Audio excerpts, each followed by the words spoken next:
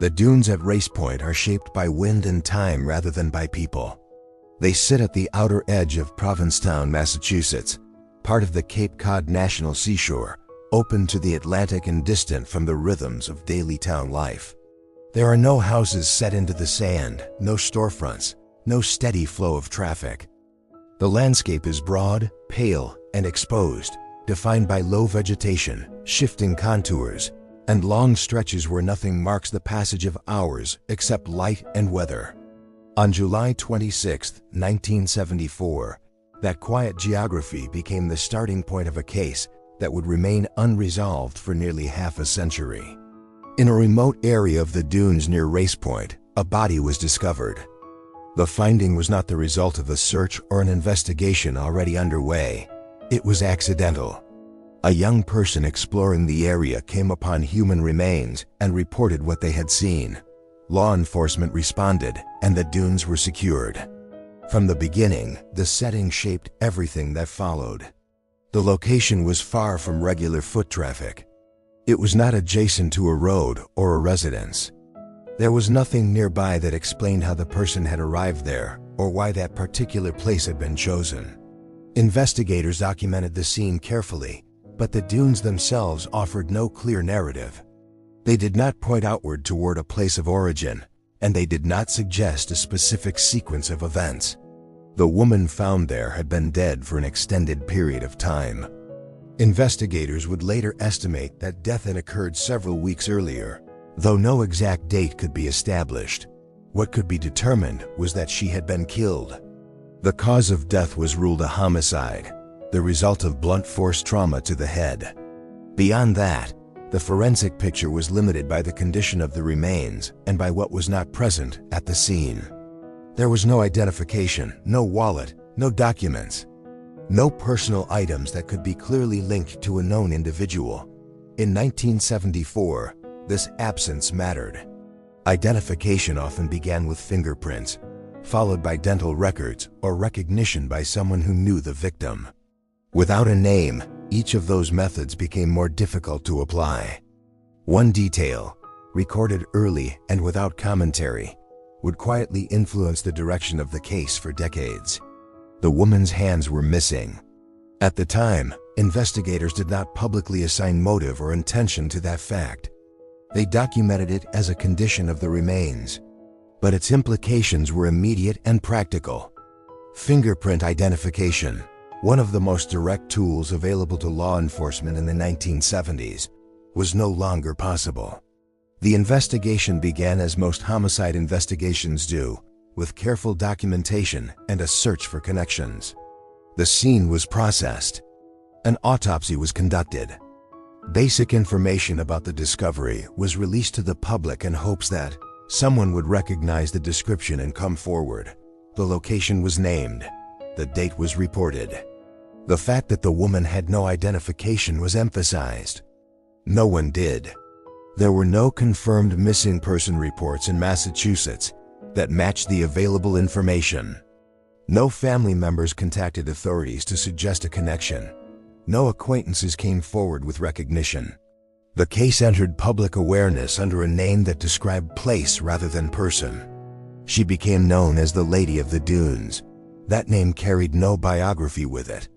It did not tell investigators where to look next. It did not point to a town, a workplace, or a circle of friends. It was a label attached to a location, not an identity. As the initial days of the investigation passed, the same problem repeated itself. Without a name, there was no way to reconstruct the woman's movements before her death. There was no confirmed last sighting, no known point of departure, no record of her traveling to Cape Cod, staying in Provincetown, or interacting with anyone there. The case existed almost entirely at the moment of discovery, anchored to the dunes and unable to extend backward. The dunes themselves remained unchanged. Wind continued to move sand across low grasses. Weather came and went. The physical setting offered no answers and no resistance. It simply held the place where the body had been found and then returned to quiet. Over time, the absence of identification became the defining feature of the case. Other elements would be discussed, reconsidered, and debated, but the missing name was the central problem. It limited the investigation in ways that were not dramatic but deeply structural. Without knowing who the victim was, investigators could not know where to look for her last days. They could not determine who might have noticed her absence. They could not establish a pattern of movement or behavior. In the years that followed, the case would be revisited periodically. New theories would be suggested. New comparisons would be drawn.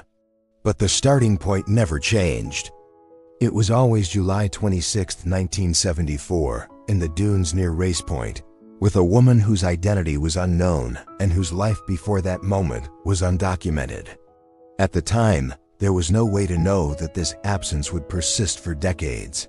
There was no indication that the tools available in the 1970s would one day be replaced by methods capable of answering questions that then seemed permanent. Investigators worked within the limits of what they had, preserving evidence and maintaining the case file. What remained constant was the setting. The dunes did not change in response to attention or neglect. They did not mark anniversaries. They did not reflect public interest or fading memory. They remained what they were, a stretch of land where a crime had occurred and where its earliest questions had been left unanswered. The case did not end there. It did not close quietly, but its beginning was defined by stillness, distance, and a lack of information that shaped everything that followed. At the center of it all was a simple question that had no immediate answer. Who was the woman found in the dunes, and how had she come to be there? When Ruth Marie Terry was found in the dunes in July of 1974, investigators had no way of knowing her name, her history, or the path that had brought her there. For nearly 50 years, the absence of that information defined how the case was understood. Even after her identification in 2022, what could be said about her life remained careful and limited, shaped not by storytelling but by records that survived and those that did not. Ruth Marie Terry was an adult woman. At the time of her death, she was married. Those two facts are among the few elements of her personal life that can be stated with certainty and without interpretation. They matter not because they explain what happened in Provincetown, but because they establish that she existed within ordinary social structures before she became known only as an unidentified victim. There is no comprehensive public record of her daily routines. There are no confirmed accounts of her movements in the weeks before her death. No verified statements describe where she lived immediately prior to arriving on Cape Cod, or why she may have traveled there. These gaps are not oversights in retelling. They are features of the case itself. The investigative record does not preserve them, and they cannot be reconstructed without speculation. This absence had consequences from the very beginning. In most homicide investigations, understanding a victim's life is a starting point. Investigators look at recent contacts, habits, workplaces, and relationships. They establish patterns and then examine where those patterns were broken. In this case, there was no such framework.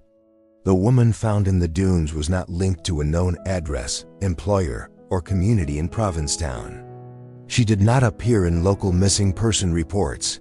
Her life before July 1974 existed outside the boundaries of the investigation. When her identity was finally established decades later through forensic genetic genealogy, it did not suddenly fill in every missing detail. Instead, it corrected a single foundational absence. It replaced the placeholder name, Lady of the Dunes, with Ruth Marie Terry. That change mattered, but it did not transform the case into a complete biography. It clarified who the victim was without fully explaining how she came to be where she was found. The years between 1974 and 2022 are central to understanding this limitation. During that time, the case existed without a confirmed name. Any records connected to Ruth Marie Terry remained separate from the investigation because there was no way to connect them. Family members, if they were searching for her, were not searching for an unidentified homicide victim in Massachusetts. Investigators, for their part, had no way to know where else to look. The identification process itself reflects this imbalance. When authorities announced in October 2022 that the Lady of the Dunes had been identified as Ruth Marie Terry, the statement focused on the method used rather than on new details about her life. Forensic genetic genealogy allowed investigators to compare DNA from preserved evidence to genealogical databases. Through that process, they established familial connections and confirmed her identity. It was a scientific achievement that addressed a long-standing question. It did not rewrite the past. What became clear after the identification was how thoroughly anonymity had shaped the case. For decades, Ruth Marie Terry had been discussed in terms of physical description and location rather than personal history. She was defined by where she was found and by what was missing from the scene. The narrative was built around evidence rather than around a person. This distinction is important. It explains why so little can be said, even now, about her goals, her state of mind, or her intentions. Those elements were never recorded in a way that intersected with the investigation. To invent them would be to misrepresent the case. The restraint required here is not stylistic. It is factual. Her marriage, later referenced by authorities when naming her husband as responsible for her death, is one of the few relational details confirmed publicly. That relationship became relevant only after her identity was known. Before that, it could not be examined or contextualized. Once again, the timeline matters. The connection between Ruth Marie Terry and the man later named as her killer existed long before investigators were aware of it. This delayed recognition underscores a broader truth about unidentified cases. The victim's life does not begin at the moment of discovery, but the investigation often does. Everything that came before remains inaccessible until identity is restored. In this case, that restoration arrived too late to fully reconstruct the weeks leading up to July 26, 1974. What remains then is a careful acknowledgement of limits. Ruth Marie Terry lived a life that included relationships and routines, but those details are not preserved in the case record. Her presence in Provincetown was real, but undocumented. The reasons she was there, and the circumstances that led her into the dunes near Race Point, cannot be described beyond what evidence confirms. This absence should not be mistaken for insignificance.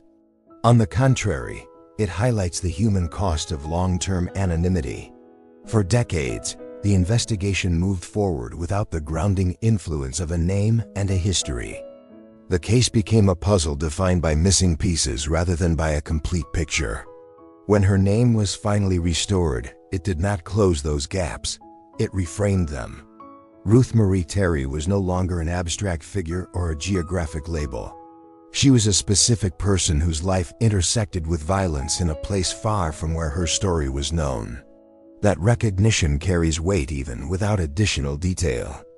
The chapter of her life that led to Provincetown remains largely unwritten, not because it lacks importance, but because it lacks documentation. The case does not allow for more than that. Any attempt to go further would move beyond evidence and into assumption. What can be said, and must be said, is that Ruth Marie Terry was not defined by the manner of her death alone. She lived before she was found in the dunes. She had connections that existed outside the investigation. The fact that those connections were not visible to law enforcement in 1974 shaped the course of the case and delayed its resolution. In later chapters, the focus will return to evidence, timelines, and investigative steps. Here, the emphasis remains on restraint. This is the portion of the story where silence matters. It marks the boundary between what is known and what cannot be responsibly filled in. The absence of detail is not a failure of narration. It is an accurate reflection of the record. July 26, 1974, entered the record without ceremony. There was no ongoing search, no missing person bulletin directing attention toward the dunes near Race Point. The day became significant only because of what was found there, not because anyone expected it to be. The area where the body was discovered sat beyond the edges of regular movement. The Race Point dunes are part of the Cape Cod National Seashore, shaped by weather and time rather than by development. They are not entirely inaccessible, but they are distant enough from roads and buildings that encounters there are uncommon. In 1974, that distance mattered. It reduced the likelihood that someone would notice activity, and it complicated any effort to establish a clear sequence of events. The discovery itself was accidental. A young person moving through the dunes came across human remains and reported what they had seen. Law enforcement was contacted and officers responded to the scene. The area was secured and standard procedures followed. There was no indication at that moment of who the woman was or how long she had been there. Investigators documented the scene as thoroughly as possible. The body was located in a remote section of the dunes, not near a marked path or structure. There were no personal effects that could be definitively linked to a known individual. No identification was found at or near the body. This absence immediately narrowed the range of investigative options available. An autopsy was conducted after the body was removed from the dunes. Based on the condition of the remains, investigators estimated that the woman had been deceased for several weeks before she was found. The exact date of death could not be determined. What could be determined was the manner of death. The woman had been killed. The cause of death was identified as blunt force trauma to the head, and the case was classified as a homicide. Beyond that determination, many questions remained unresolved. There were injuries consistent with violence, but the available information did not establish a clear narrative of how the crime unfolded. There was no confirmed location other than where the body was found. Investigators could not say with certainty whether the dunes were the site of the killing or whether the body had been moved there after death. One detail, recorded without interpretation, stood out in the early forensic assessment. The woman's hands were missing. This fact was documented as part of the condition of the remains. Investigators did not publicly assign motive or explanation to it at the time, but its practical impact was immediate. Without hands, fingerprint identification was not possible. In the context of 1974, this limitation was significant. Fingerprints were among the most reliable and widely used methods of identification. Without them, investigators were forced to rely on secondary approaches. Dental records could be compared if a potential match was identified, but that required a missing person report to initiate the comparison. Visual recognition depended on someone coming forward with familiarity, which required publicity and coincidence. Authorities released information to the public in hopes of identification. They described the location of the discovery, the estimated age range of the victim, and the fact that she had no identification. News coverage emphasized the unusual setting and the mystery surrounding the woman's identity. Despite this exposure, no confirmed identification emerged. There were no verified sightings of the woman prior to July 26, 1974. No one reported seeing her traveling through Provincetown. No one reported encountering her in the days or weeks before the discovery. There was no confirmed record of her staying in local lodging or interacting with residents. The timeline before her death remained entirely unanchored. This absence of a pre-discovery timeline is one of the defining features of the case. Most homicide investigations rely on establishing a sequence of events leading up to the crime. Investigators look for last known sightings, recent movements, and changes in routine. In this case, there was no starting point from which to work backward. The timeline began at discovery and extended forward, not back. The physical environment offered little assistance. The dunes did not preserve clear tracks or indicators that could be linked to a specific time or individual. Wind and weather regularly altered the surface of the sand. Whatever traces might once have existed were not available for interpretation by the time the body was found. As investigators reviewed the scene and the initial forensic findings, they faced a series of constraints. They had a confirmed homicide, but no name. They had a general estimate of time of death, but no precise date. They had a location, but no context explaining why the victim was there. Each unanswered question limited the next step. The missing hands remained a quiet but persistent obstacle. While not emphasized publicly at first, Their absence shaped internal decision-making. Without fingerprints, identification would depend on external recognition or later technological advances. At the time, neither offered immediate solutions. The case moved into its early investigative phase under these conditions. Evidence was cataloged and preserved. Reports were filed. The victim was described in terms that could be released publicly. Still, no connection formed between the woman found in the dunes and any known missing person. As days passed, then weeks, the investigation remained active but constrained. There were no new sightings to verify. No new information emerged that clarified the woman's movements before her death. The lack of a confirmed identity meant there was no family to interview, no social circle to examine, and no personal history to review. The day of discovery thus took on a fixed role in the case. July 26, 1974, became the point from which all discussion flowed. Everything before it was unknown. Everything after it depended on limited evidence and patience. This structure influenced how the case would be understood for decades. The absence of a pre-discovery narrative allowed speculation to develop later. But at this stage, investigators focused on what could be verified. They avoided conclusions that could not be supported by evidence. The result was an investigation defined as much by restraint as by activity. The public, too, encountered the case primarily through this lens. Media coverage described the mystery, but facts were sparse. The woman remained unidentified.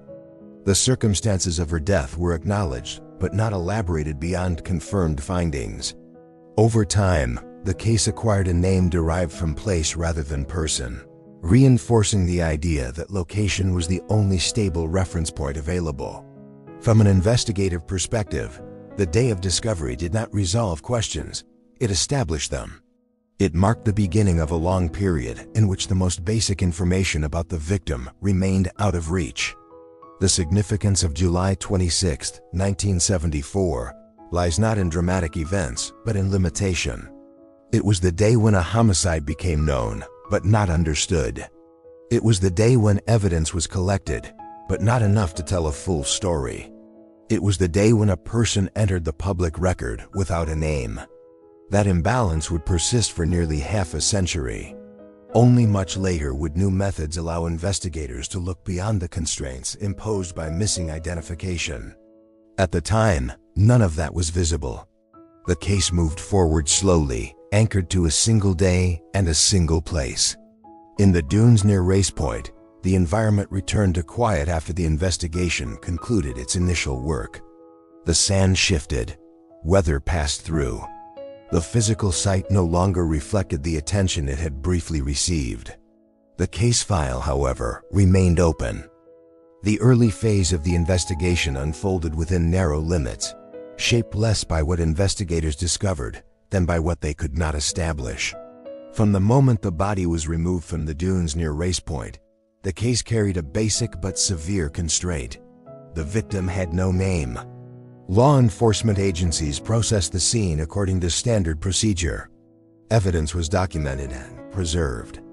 An autopsy was completed, confirming homicide by blunt force trauma to the head. These steps established the legal framework of the case, but they did not point toward a suspect or a motive. They did not explain how the woman arrived in the dunes or who might have been responsible.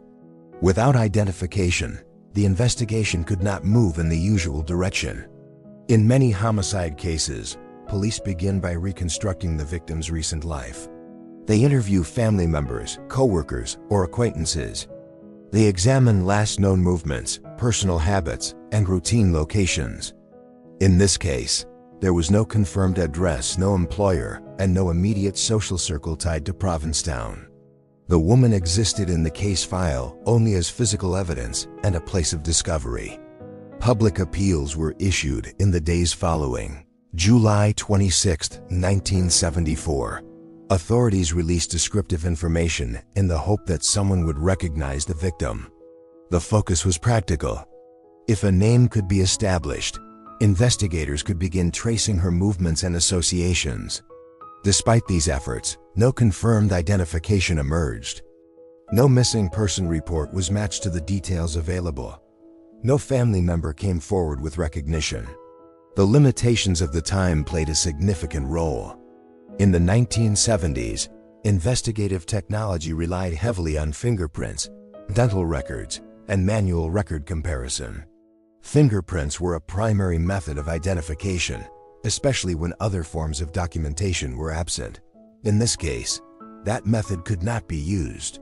The victim's hands were missing, making fingerprint comparison impossible. This was not a symbolic problem. It was a practical one that closed off a critical investigative path. Dental records offered a possible alternative, but only if investigators had a potential match to compare against.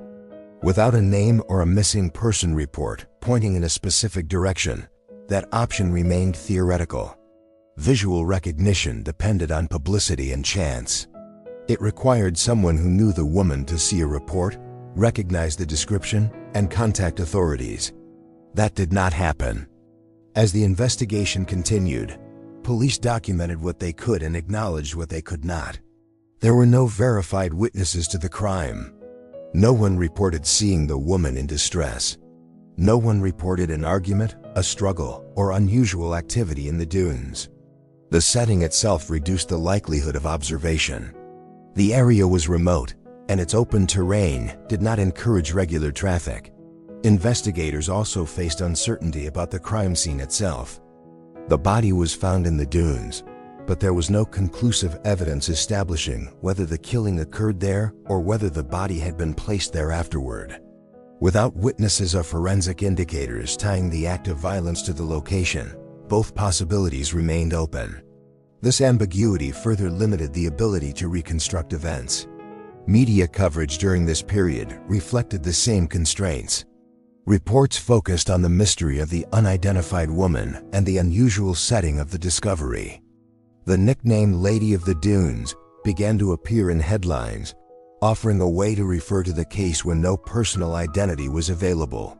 The name was descriptive rather than explanatory. It attached the victim to a place, not a life. As weeks turned into months, the investigation did not stall because of neglect. It slowed because there were no new leads to pursue. Evidence was preserved. The case file remained open. Investigators reviewed information as it came in, but the absence of identification meant that each potential lead had to begin from the same limited starting point. The community response during this time was subdued. Provincetown was aware that a homicide had occurred, but there was little information to suggest immediate danger or a pattern of violence. Without a suspect or a known series of events, public concern did not coalesce into sustained pressure. The case existed as a troubling but distant fact. Within law enforcement, the case was maintained rather than advanced. This distinction matters. Maintenance involves preserving evidence, documenting findings, and ensuring that a case can be reopened or reviewed as new information becomes available. Advancement requires new data. In the absence of identification, advancement was difficult to achieve. There were no confirmed investigative errors during this period. The constraints were structural rather than procedural. Investigators worked within the limits of available technology and information. They did not overlook a known suspect or fail to follow an established lead. The problem was not a missed opportunity, but a lack of opportunity altogether. As time passed, the case transitioned from an active investigation to an unresolved file. It did not close. It did not receive a conclusion. It remained present but inactive, revisited occasionally as part of routine case reviews or in response to public inquiries. The absence of progress did not reflect indifference. It reflected reality. The missing identity continued to shape every aspect of the investigation. Without knowing who the victim was, police could not determine where she came from or why she might have been in Provincetown. They could not identify people who might have noticed her absence. They could not trace financial activity, travel records, or communications. Each of these avenues depended on a name. This limitation also affected how the case was categorized. It became known primarily as an unidentified homicide rather than as a crime tied to a specific person. The focus remained on the physical facts of the discovery rather than on a narrative of events. Over time, this emphasis contributed to the case's reputation as a long-standing mystery. The investigative file preserved from this period reflects restraint. Reports avoided speculation. Conclusions were limited to what evidence could support. This approach ensured accuracy but also underscored the case's unresolved nature. There was no dramatic turning point in the early years, no sudden revelation or confession. The broader context of law enforcement priorities also played a role. As new cases emerged, resources shifted. Investigators balanced multiple responsibilities. The Lady of the Dunes case remained on record, but it did not command continuous attention without new leads. Despite this, the case was not forgotten. It persisted in official records and in public memory, resurfacing periodically in media coverage. Each anniversary brought renewed interest, followed by the same unanswered questions. Who was she? Where did she come from? How did she end up in the dunes? The initial investigation thus settled into a pattern defined by caution and limitation. It established the facts of the homicide. It preserved evidence. It sought identification through available means, and then it waited. This waiting period would eventually span decades. At the time, there was no indication that future technology would provide tools capable of addressing the central problem. Investigators could not anticipate forensic genetic genealogy or the expansion of DNA databases. They could only maintain the case in a state that allowed for reconsideration if new methods emerged. The early investigation did not fail in a dramatic sense. It reached the edge of what was possible with the information and tools available. Beyond that edge lay uncertainty, time, and the hope that unanswered questions might one day be revisited. For Ruth Marie Terry, whose name was still unknown at this stage, the consequence was prolonged anonymity.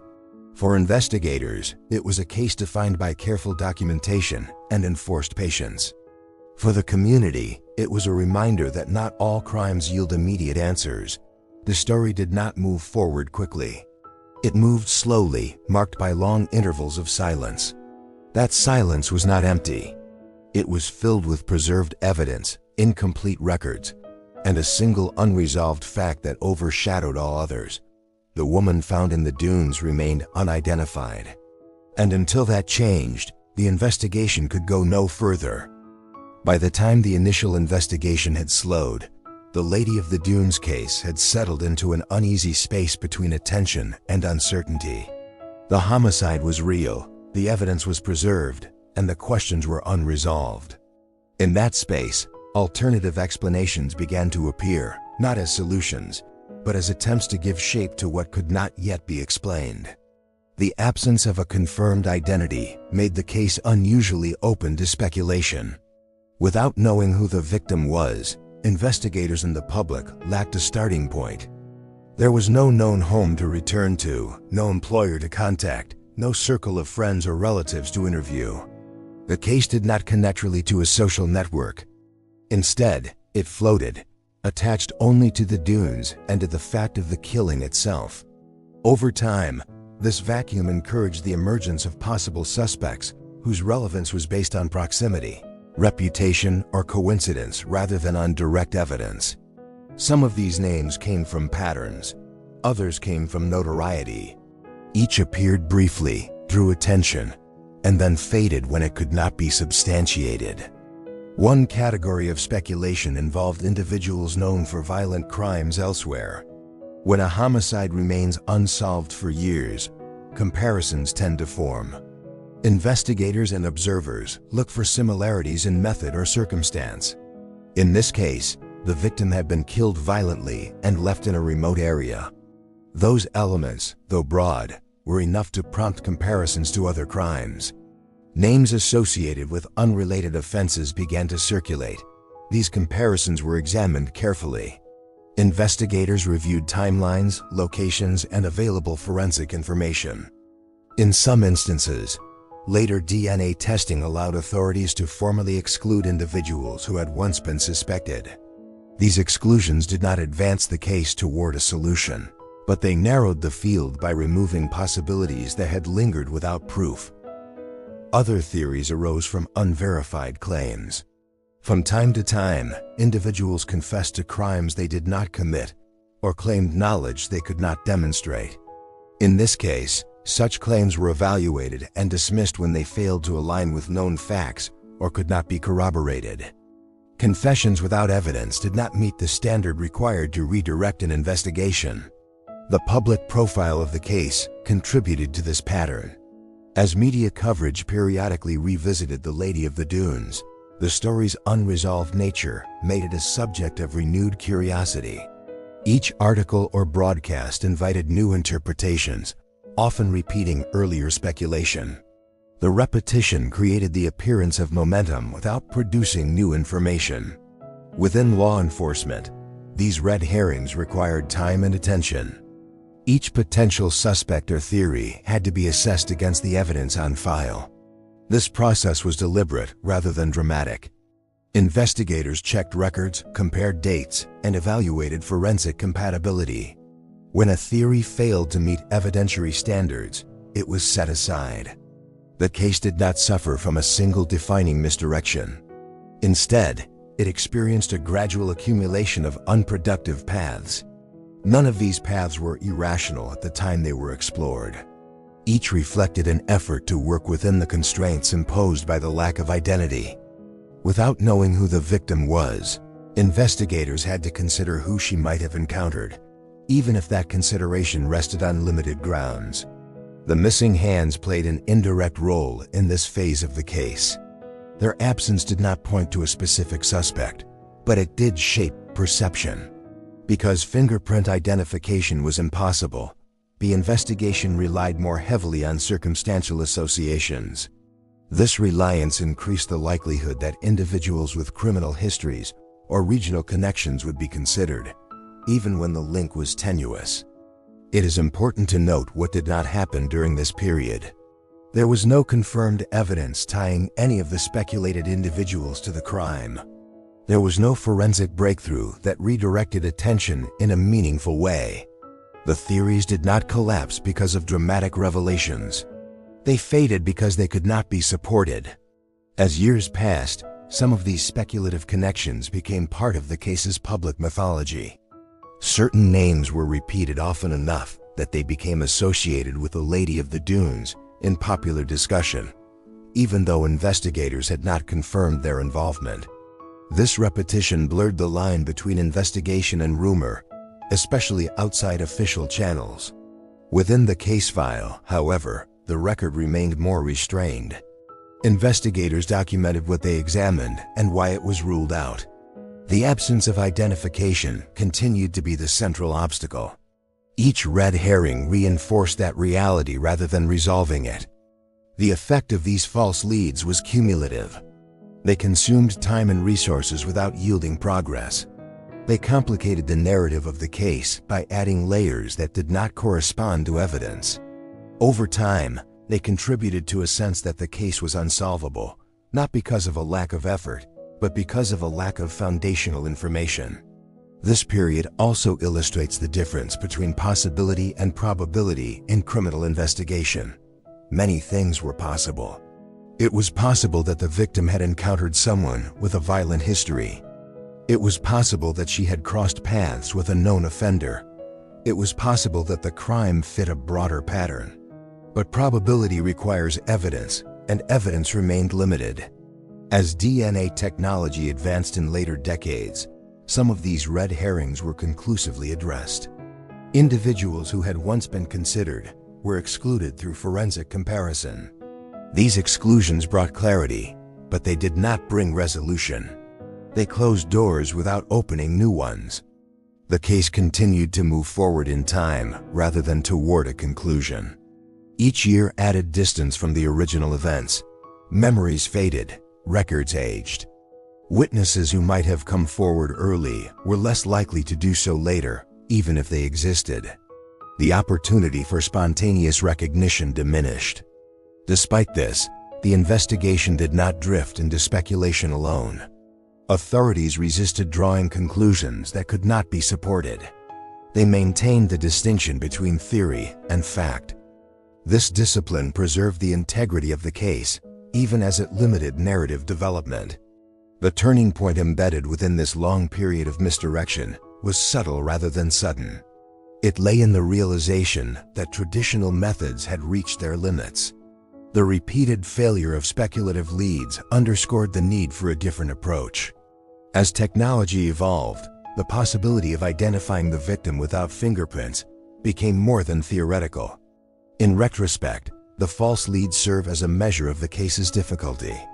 They reflect the pressure to find answers in the absence of basic information. They also highlight how easily an investigation can be pulled sideways when its central question remains unanswered. The golden thread of the case, the missing hands, intersects with this phase in an indirect but meaningful way. Their absence had closed one path to identification, forcing investigators to look elsewhere. Those alternate routes, lacking firm footing, led repeatedly to dead ends. The hands were not a clue pointing forward. They were an absence that shaped the direction of inquiry. This realization does not assign blame. It explains structure. The investigation was not misled by a single error. It was constrained by an early limitation that echoed across decades. Every false lead reinforced the same conclusion. Without a name, progress would remain incremental at best. As the years accumulated, the case's unresolved status became part of its identity. It was referenced as an enduring mystery. Each new article or documentary revisited the same ground, often summarizing the same speculations and exclusions. The repetition did not solve the case, but it kept it present in public awareness. Eventually, attention shifted away from individual suspects and toward the broader question of identification.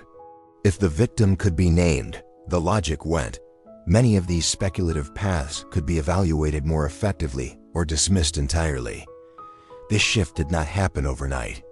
It emerged gradually, as technological capability caught up with investigative need. Until that shift took hold, the Lady of the Dunes case remained defined by what it was not. It was not connected to a confirmed offender. It was not part of a known series. It was not explained by a single theory that could withstand scrutiny. Each red herring underscored the same absence at the center of the case. The effect on the investigation was quiet but persistent. Progress did not reverse. It paused. The file remained open, but its contents did not change in meaningful ways. The case waited, not for a confession or a witness, but for a method capable of answering the most basic question. That waiting period would last decades longer. The false leads would fade into footnotes. What would remain was the preserved evidence and the possibility that, one day, the missing information could be recovered through means not available in the 1970s. At this stage in the story, the case had not moved closer to resolution. It had clarified its limits. The red herrings did not solve the mystery, but they revealed the shape of the problem. Without identification, even the most persistent investigation could only circle the same unanswered questions. The Lady of the Dunes remained unidentified. And until that changed, every theory would end the same way. As the years moved forward, the Lady of the Dunes case did not resolve itself through sudden discovery or renewed urgency. Instead, it entered a long period defined by quiet persistence. The homicide remained on record, its details unchanged, its central question unanswered. Time passed, and with it came distance from the events of July 1974.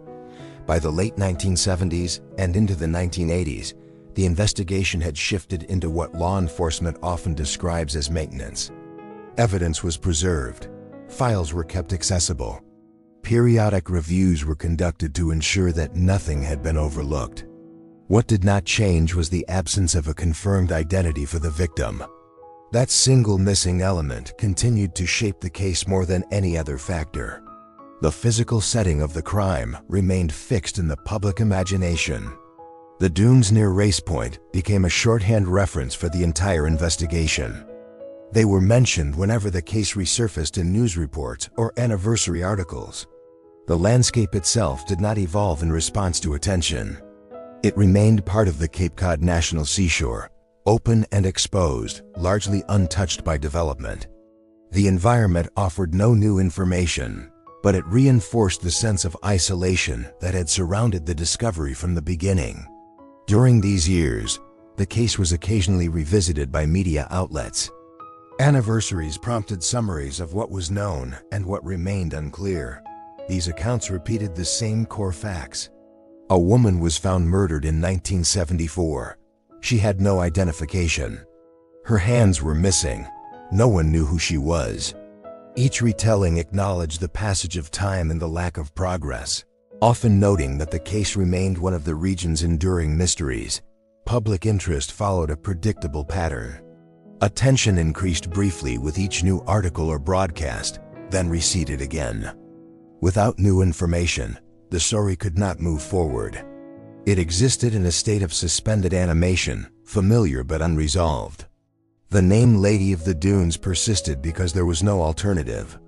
It filled the space where a personal identity should have been. Within law enforcement, the case was not abandoned. It remained open, but inactive. Investigators understood that without new data, there were limited options for advancement. The lack of a missing person report matching the victim's description continued to be a central problem. As years passed, the likelihood that someone would recognize the victim from a decades-old description diminished. The evolution of forensic science during this period introduced new possibilities, but not immediate solutions. DNA analysis improved significantly in the late 20th century, offering greater precision and reliability. However, applying these advances to older cases required preserved biological material and appropriate comparison databases.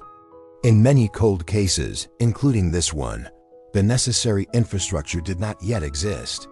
In the 1990s and early 2000s, investigators across the country began to revisit unsolved cases with an eye toward emerging technology. The Lady of the Dunes file was part of this broader trend. Evidence was reviewed to determine whether it could support additional testing. Each review raised the same question. Even if DNA could be extracted, what would it be compared against? At that time, DNA databases were limited primarily to individuals with criminal records. Without a known suspect or a reference sample from a relative, DNA alone could not identify an unknown victim. The technology was promising, but incomplete. It offered the possibility of exclusion rather than identification. This limitation kept the case in a holding pattern. The passage of time also affected the human elements of the investigation. Detectives who had worked the case early on retired or moved on to other assignments. Institutional knowledge was preserved in reports and files, but first-hand memory faded. New investigators encountering the case did so through documentation rather than experience. This transition was handled carefully, but it added another layer of distance. The broader community continued to absorb the case as part of local history rather than as an active threat. Provincetown did not experience a series of similar crimes connected to the dunes. There was no pattern that suggested an ongoing risk. As a result, the homicide remained troubling but contained. It did not generate sustained fear or continuous public pressure. Throughout these decades, the central facts did not change. The woman found in the dunes remained unidentified. The cause of death remained homicide by blunt force trauma. The circumstances of discovery remained the only fixed points in the timeline. Everything else remained unknown. The cold case years also revealed the limits of traditional investigative models. The case demonstrated how heavily those models depend on identification. Without knowing who the victim was, it was impossible to reconstruct her life, track her movements, or identify potential suspects. This limitation was not theoretical. It was operational, affecting every decision and every review. As the case aged, it accumulated a certain weight. It became one of those investigations referenced as an example of how cases can remain unresolved, despite proper procedure and good faith effort. It was neither mishandled nor neglected. It was constrained by circumstance. In the early 2000s, Developments in DNA technology continued, but the specific application of forensic genetic genealogy had not yet emerged. Investigators could imagine a future in which unknown victims might be identified through biological evidence, but the tools to do so were still in development. The necessary databases did not exist. Public participation in genetic testing was limited. As a result, the case remained dormant. Evidence was stored. Records were maintained. The possibility of future testing was acknowledged but undefined. The investigation waited for a method that could overcome the barriers that had existed since 1974. This waiting period extended into the 2010s. By then, the case had been unresolved for more than 40 years. The woman in the dunes had become a fixture in discussions of long-standing, unidentified cases. She was mentioned alongside other Jane Doe investigations that resisted resolution despite decades of attention. The persistence of the case served a practical purpose. Because it was not closed, it remained eligible for re-examination. New techniques, when they became available, could be applied without procedural obstacles. This continuity mattered. It ensured that when technology finally advanced far enough, the case could respond. During this time, there were no major breakthroughs. No new witnesses emerged, no new evidence was discovered. The progress that did occur was incremental and indirect. It took place in laboratories and databases, not at the crime scene. The cold case years were not dramatic. They were defined by patience rather than action. They illustrate a phase of investigation that is often overlooked in storytelling because it lacks visible movement. Yet this phase was essential. It preserved the possibility of resolution. The Lady of the Dunes case remained unresolved not because it was forgotten, but because it awaited a method capable of answering its most basic question. Each year that passed reinforced the same conclusion. Without identifying the victim, the case could not advance. By the end of this period, the groundwork had been laid for a shift. Advances in forensic science, combined with the growing availability of genetic databases, created conditions that had not existed before. The case itself had not changed, but the tools available to investigate it had. The long silence of the cold case years was not empty.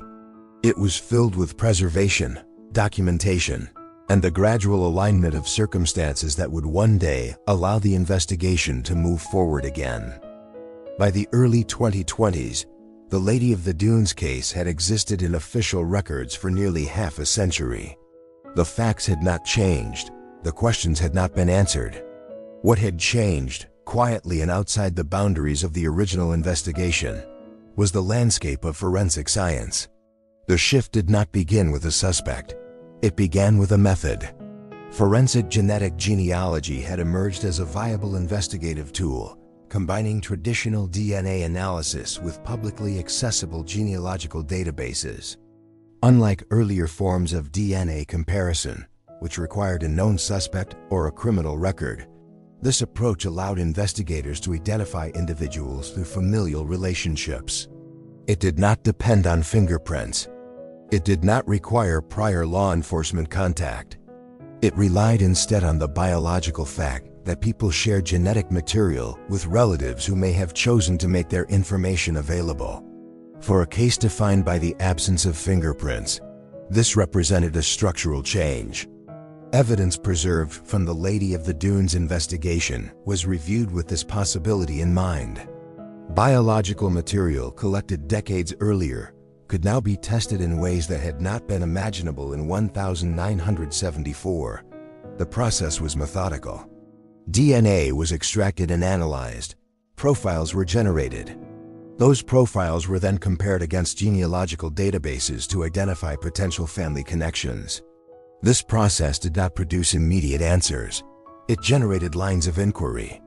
Analysts examined partial matches and constructed family trees, working backward through generations. Each step required verification. Each conclusion had to be supported by records. The work unfolded over time, guided by evidence rather than speculation. In October 2022, authorities announced a result that had eluded investigators for 48 years. The woman known publicly as the Lady of the Dunes had been identified as Ruth Marie Terry. The announcement marked a fundamental change in the case. For the first time since July 26, 1974, the victim was no longer defined solely by where she was found. She had a name. She had a documented place in public records. Her identity connected the homicide in Provincetown to a life that existed elsewhere. This identification did not rewrite the past, it clarified it. With Ruth Marie Terry identified, investigators could examine records that had previously been inaccessible. Marriage records confirmed that she had been married. That fact, known abstractly before, now had specific context. It allowed investigators to examine relationships that had existed at the time of her death. The investigation moved forward carefully. Identifying the victim did not automatically identify the perpetrator. It created a framework within which evidence could be reassessed. The case remained bound by the same standards of proof that had applied since the beginning. As investigators reviewed Ruth Marie Terry's known relationships, attention turned to her husband, Guy Rockwell Moldovan. This focus was not based on conjecture. It emerged from the process of reconstructing her personal history now that her identity was known. Guy Rockwell Moldovan was deceased. He had died in 2002, 2 decades before Ruth Marie Terry was identified. This fact imposed its own limitations. There would be no arrest. There would be no trial. There would be no opportunity for questioning or confrontation. Any conclusion would have to rest on evidence rather than testimony. Investigators examined available records, timelines, and circumstantial evidence. They assessed whether known facts aligned with the homicide. The evaluation did not occur in isolation. It was subject to internal review and legal standards. Authorities were careful in how they framed their findings. On August 28, 2023, law enforcement officials publicly named Guy Rockwell Moldovan as responsible for the murder of Ruth Marie Terry. The language used in that announcement reflected the constraints of the case. Moldovan was named posthumously. He could not be charged. The designation was based on investigative findings rather than judicial process. It represented the conclusion investigators had reached, not a verdict rendered in court. This distinction matters. It preserves the boundary between investigation and prosecution. It acknowledges the limits imposed by time and circumstance. The case reached a conclusion, but not in the form that many criminal cases do. The golden thread of the investigation, the missing hands, found its resolution here, not as a recovered object, but as an obstacle finally overcome.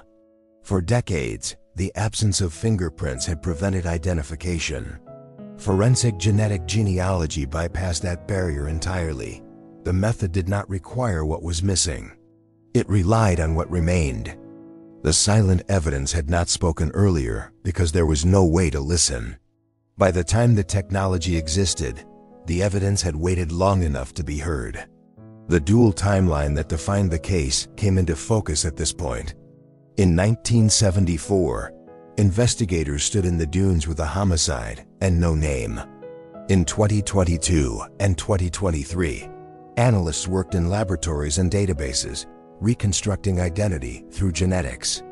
The two timelines converged, not at the scene, but through preserved evidence and modern tools. The naming of Ruth Marie Terry restored her identity to the public record. The naming of Guy Rockwell Moldovan assigned responsibility within the investigative framework. Together, these actions closed a case that had remained open for nearly 50 years.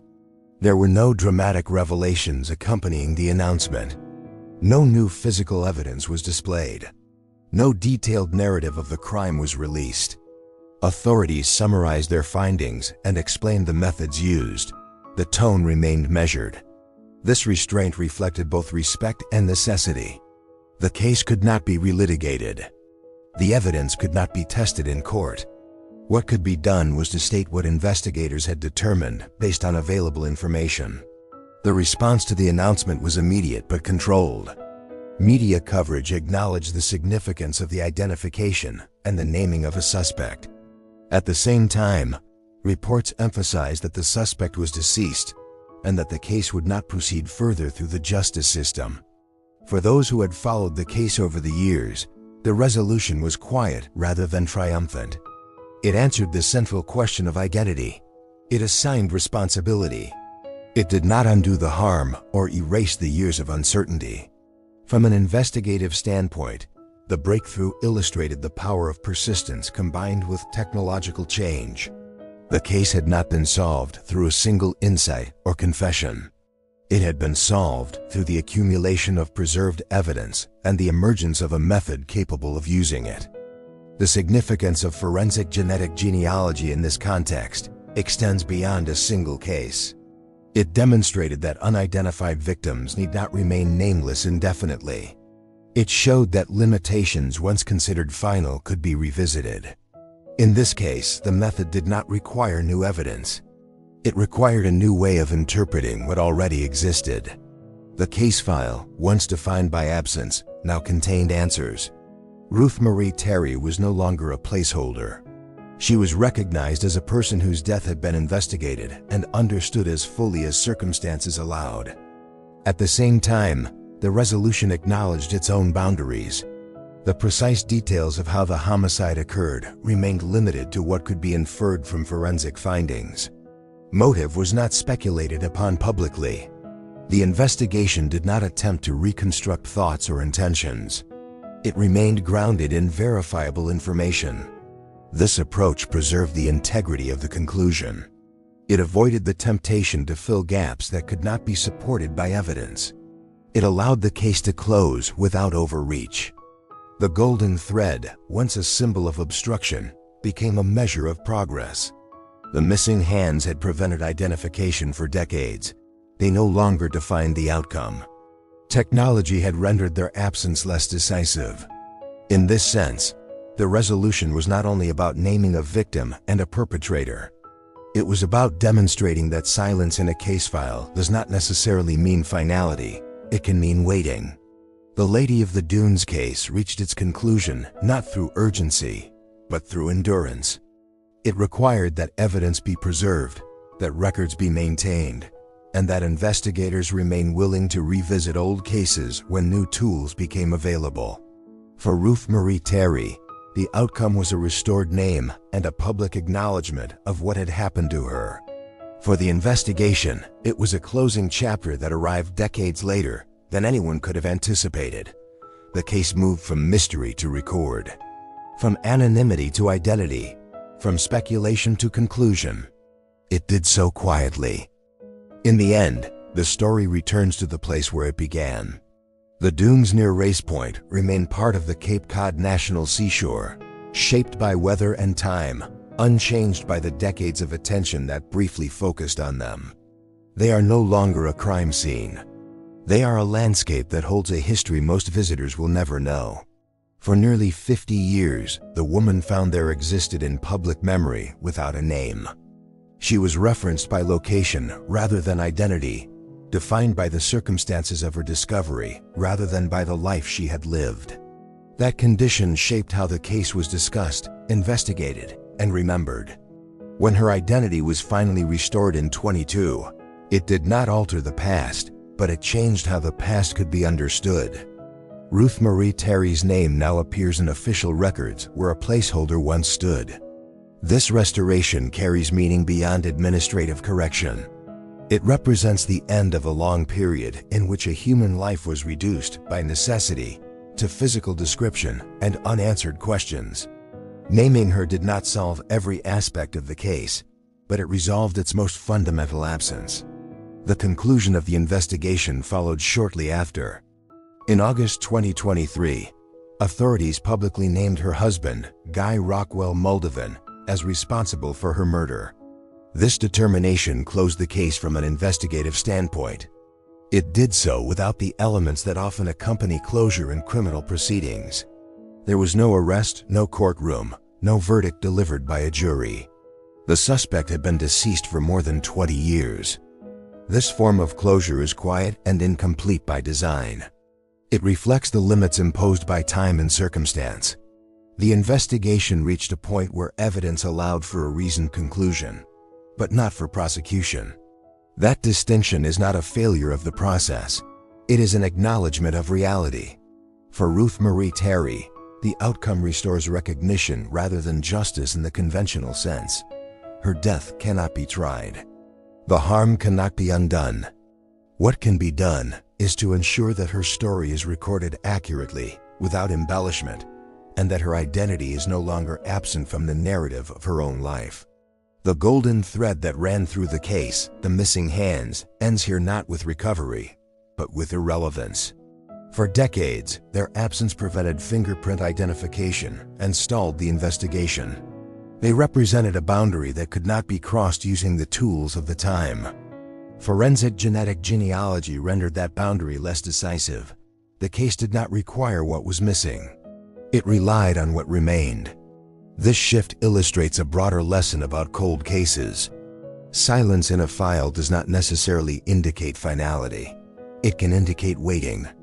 In this case, evidence was preserved long enough for new methods to emerge. The passage of time, often viewed as an obstacle, became part of the solution. The dual timeline that shaped the narrative now converges fully. In 1974, investigators stood in the dunes with a homicide and no identity. In 2022 and 2023, analysts worked with databases and laboratory results, far removed from the original scene, reconstructing identity through shared genetic markers. The two moments are connected by continuity rather than drama.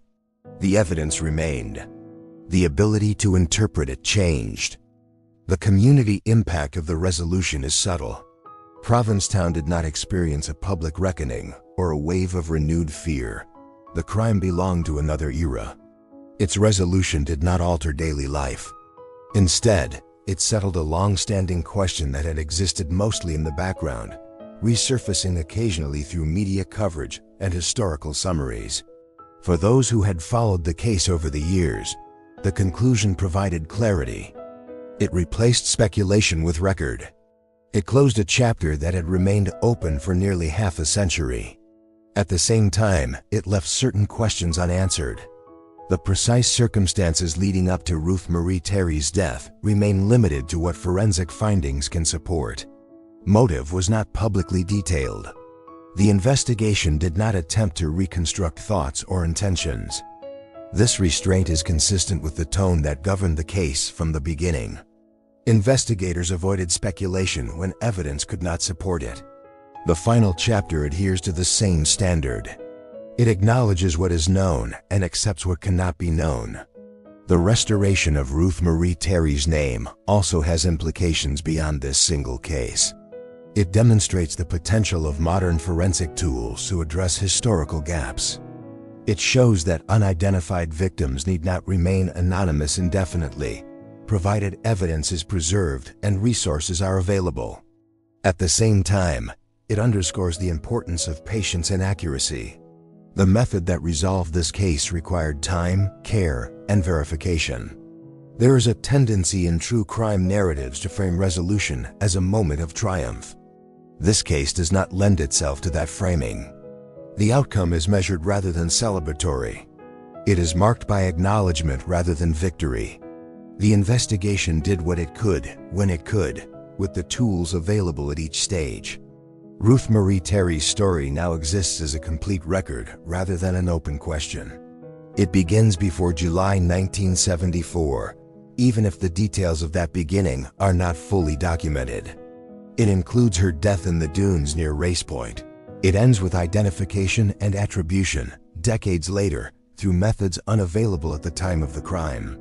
The landscape where she was found remains unchanged, but its meaning has shifted. It is no longer the only reference point for the case. The story no longer depends on a place to stand in for a person. The dunes are part of the narrative, not its entirety. This distinction matters.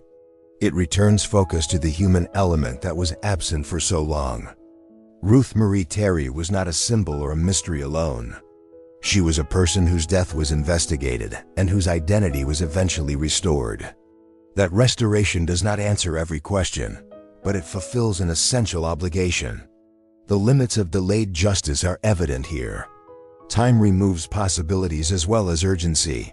Witnesses disappear. Records degrade. Suspects die. The legal system cannot always provide resolution when decades intervene. What it can provide, when possible, is truth as supported by evidence. The conclusion of this case respects those limits. It does not attempt to extend beyond what the record allows. It does not dramatize absence or speculate about intent. It records what has been established and acknowledges what remains unknowable.